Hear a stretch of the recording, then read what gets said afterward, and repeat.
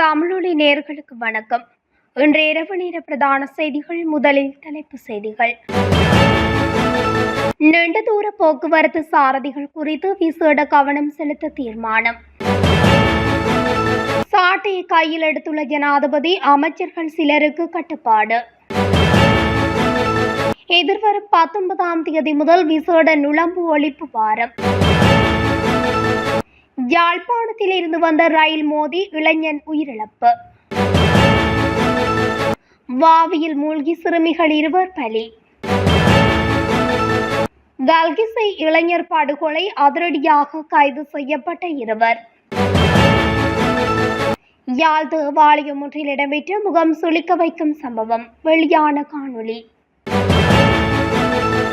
ரயிலுடன் மோதி jeep வாகனம் விபத்து, 4 படுகாயம். களுவாஞ்சிக்குடியில் வழங்கப்பட்ட முள்ளி வாய்க்கால் கஞ்சி. தொடர்பான விரிவான செய்திகள். நீண்ட தூர போக்குவரத்து சேவையில் ஈடுபடும் பேருந்து சாரதிகள் தொடர்பில் விசேட கவனம் செலுத்தவுள்ளதாக மோட்டார் போக்குவரத்து ஆணையாளர் நாயகம் கமல் அமரசிங்க தெரிவித்துள்ளார்.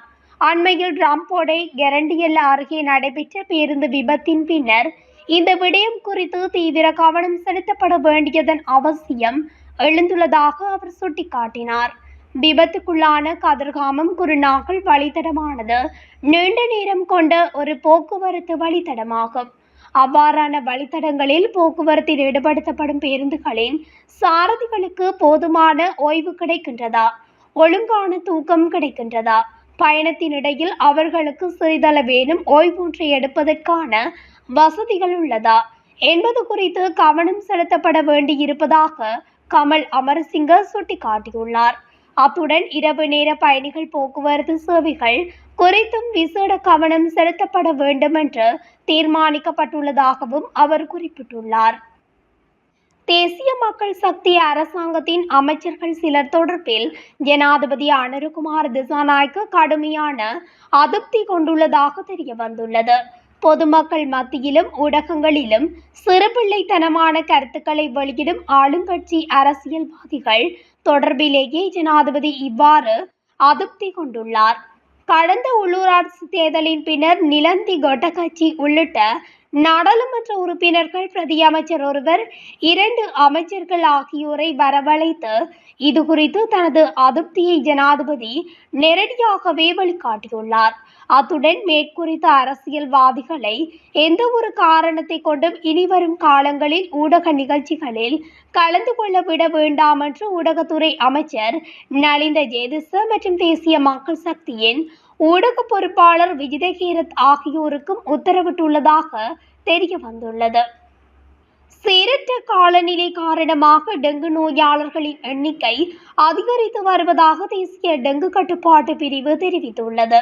இதன் காரணமாக எதிர்வரும் 19ஆம் தேதி முதல் விசேட நுளம்பு ஒழிப்பு வாரம் பிரகடனப்படுத்தப்படவுள்ளது. நேற்று வரை நாட்டில் 19,724 டெங்கு நோயாளர்கள் கண்டறியப்பட்டுள்ளதுடன் அவர்களில் அதிகமானவர்கள் மேல் மாகாணத்தில் இருந்தே பதிவாகியுள்ளதாக டெங்கு கட்டுப்பாட்டு பிரிவு தெரிவித்துள்ளது. யாழ்ப்பாணம் காங்கேசன்துறையில் இருந்து கொழும்பு நோக்கி பயணித்த ரயிலில் மோதி இளைஞன் ஒருவர் உயிரிழந்துள்ளார். இந்த சம்பவம் நேற்று இடம்பெற்றுள்ளது. அனுராதபுரம் மெதகம பிரதேசத்தில் உள்ள பாடசாலை ஒன்றுக்கு பின்புறத்தில் உள்ள ரயில் கடவையில் ரயிலில் மோதி இளைஞன் ஒருவன் உயிரிழந்துள்ளதாக பரசன் கஸ்பிவ போலீசார் தெரிவித்தனர். சம்பவத்தில் மெதகம பரசன் கஸ்பிவ பிரதேசத்தைச் சேர்ந்த 22 வயதுடைய இளைஞனே உயிரிழந்துள்ளதாக போலீசார் தெரிவித்தனர். இளைஞனின் சடலம் அனுராதபுரம் போதனா மறு வைத்தியசாலையின் பிரேத அறையில் வைக்கப்பட்டுள்ளதாக போலீசார் மேலும் தெரிவித்தனர். இது தொடர்பான மேலதிக விசாரணைகளை பரசன் கஸ்பிவ போலீசார் மேற்கொண்டு வருகின்றனர். கல்கமுவ பாலுக்கடவள வாவியில் மூழ்கி சிறுமிகள் 2 உயிரிழந்துள்ளதாக தெரிவிக்கப்படுகின்றது. சம்பவத்தில் 12 மற்றும் 17 வயது மதிக்கத்தக்க சிறுமிகள் 2 உயிரிழந்துள்ளதாக தெரிவிக்கப்படுகின்றது. சிறுமிகள் உறவினர் வீட்டுக்கு சென்றிருந்த நிலையில் இந்த சம்பவம் இடம்பெற்றுள்ளது. இது தொடர்பான மேலதிக விசாரணைகளை போலீசார் மேற்கொண்டு வருகின்றனர்.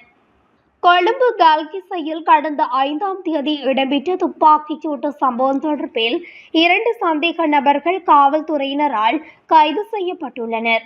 குறித்த கைது நடவடிக்கை நேற்றைய தினம் இடம்பெற்றுள்ளது. இது தொடர்பில் தெரிய வருவதாவது, கல்கிசை சில்வஸ்டர் வீதிக்கு அருகில் கடந்த மே மாதம் 5ஆம் தேதி மோட்டார் சைக்கிளில் வந்த இனந்தெரியாத இருவர் வீடொன்றுக்கு முன்னால் இருந்த இளைஞன் ஒருவன் மீது துப்பாக்கிச்சூடு நடத்த முயன்றனர். இதன்போது அந்த இளைஞன் அங்கிருந்து தப்பிச் சென்று நீண்ட தூரம் ஓடியுள்ளார். ஆனால் துப்பாக்கிதாரிகள் இளைஞனை துரத்தி சென்று நடுவீதியில் வைத்து சுட்டுக் கொலை செய்துள்ளனர். தேகிமலை ஓபன் பிளேஸ் பிரதேசத்தைச் சேர்ந்த 19 வயதுடைய இளைஞனே இவ்வாறு கொலை செய்யப்பட்டுள்ளார். இதனையடுத்து காவல்துறையினரால் மேற்கொள்ளப்பட்ட விசாரணையில் இந்த துப்பாக்கிச் சூட்டு சம்பவத்துக்கு உதவி செய்ததாக கூறப்படும் 2 சந்தேக நபர்கள் கல்கிசை பிரதேசத்தில் வைத்து நேற்று கைது செய்துள்ளனர்.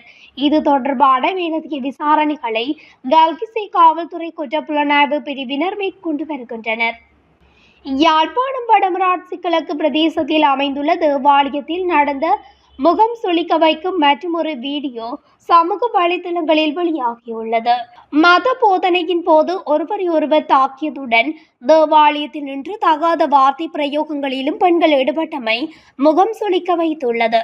கடந்த ஞாயிற்றுக்கிழமை திருப்பலி நிறைவு பெற்ற பின் குறிப்பிட்ட கும்பல் மறைக்கல்வி நடைபெறும் இடத்தில் மறைக்கல்வி மாணவர்களுக்கும் முன்மறை ஆசிரியர்களை அவதூறுகளான வார்த்தைகளால் பேசியவாறு வெளியே சென்றனர். இந்நிலையில் சம்பவம் இடம்பெற்ற போது ஆலய பங்கின் பங்கு தந்தை எங்கே சென்றார் என சமூக ஆர்வலர்கள் கேள்வி எழுப்பியுள்ளனர். அகங்கம கபிலான பகுதியில் திங்கட்கிழமை இடம்பெற்ற விபத்தில் 4 பேர் காயமடைந்துள்ளதாக போலீசார் தெரிவித்துள்ளனர். பெலியத்தவிலிருந்து கண்டி நோக்கி பயணித்த ரயிலுடன் ஜீப் வாகனம் ஒன்று மோதியதில் இந்த விபத்து இடம்பெற்றுள்ளதாக போலீசார் தெரிவித்துள்ளனர். விபத்தின் போது ஜீப் வாகனத்தில் 6 பேர் பயணித்துள்ள நிலையில் அவர்களின் 4 பேர் காயமடைந்து காலி தேசிய வைத்தியசாலையில் அனுமதிக்கப்பட்டுள்ளனர். காயமடைந்தவர்கள் அனைவரும் கொழும்பு பகுதியைச் சேர்ந்தவர்கள் எனவும் போலீசார் இதன் போது தெரிவித்துள்ளனர். விபத்து இடம்பெற்ற ரயில்வே கடவையில் போக்குவரத்து விளக்குகள் பொருத்தப்பட்டுள்ளதாகவும் தெரிவிக்கப்படுகின்றது. இது தொடர்பில் போலீசார் மேலதிக விசாரணைகளை மேற்கொண்டு வருகின்றதாகவும் தெரிவிக்கப்படுகின்றது. மட்டக்களப்பு களுவாஞ்சிக்குடியில் இன்றைய தினம் முள்ளிவாய்க்கால் கஞ்சி வழங்கப்பட்டுள்ளது. களுவாஞ்சிக்குடி பொதுச்சந்தை பகுதியில் முள்ளிவாய்க்கால் கஞ்சி வழங்கப்பட்டுள்ளது. வடக்கு கிழக்கு பகுதிகளில் நேற்று முதல் முள்ளிவாய்க்கால் கஞ்சி வழங்கும் நிகழ்வுகள் நடைபெற்று வருகின்றமையும் குறிப்பிடத்தக்க விடயமாகும்.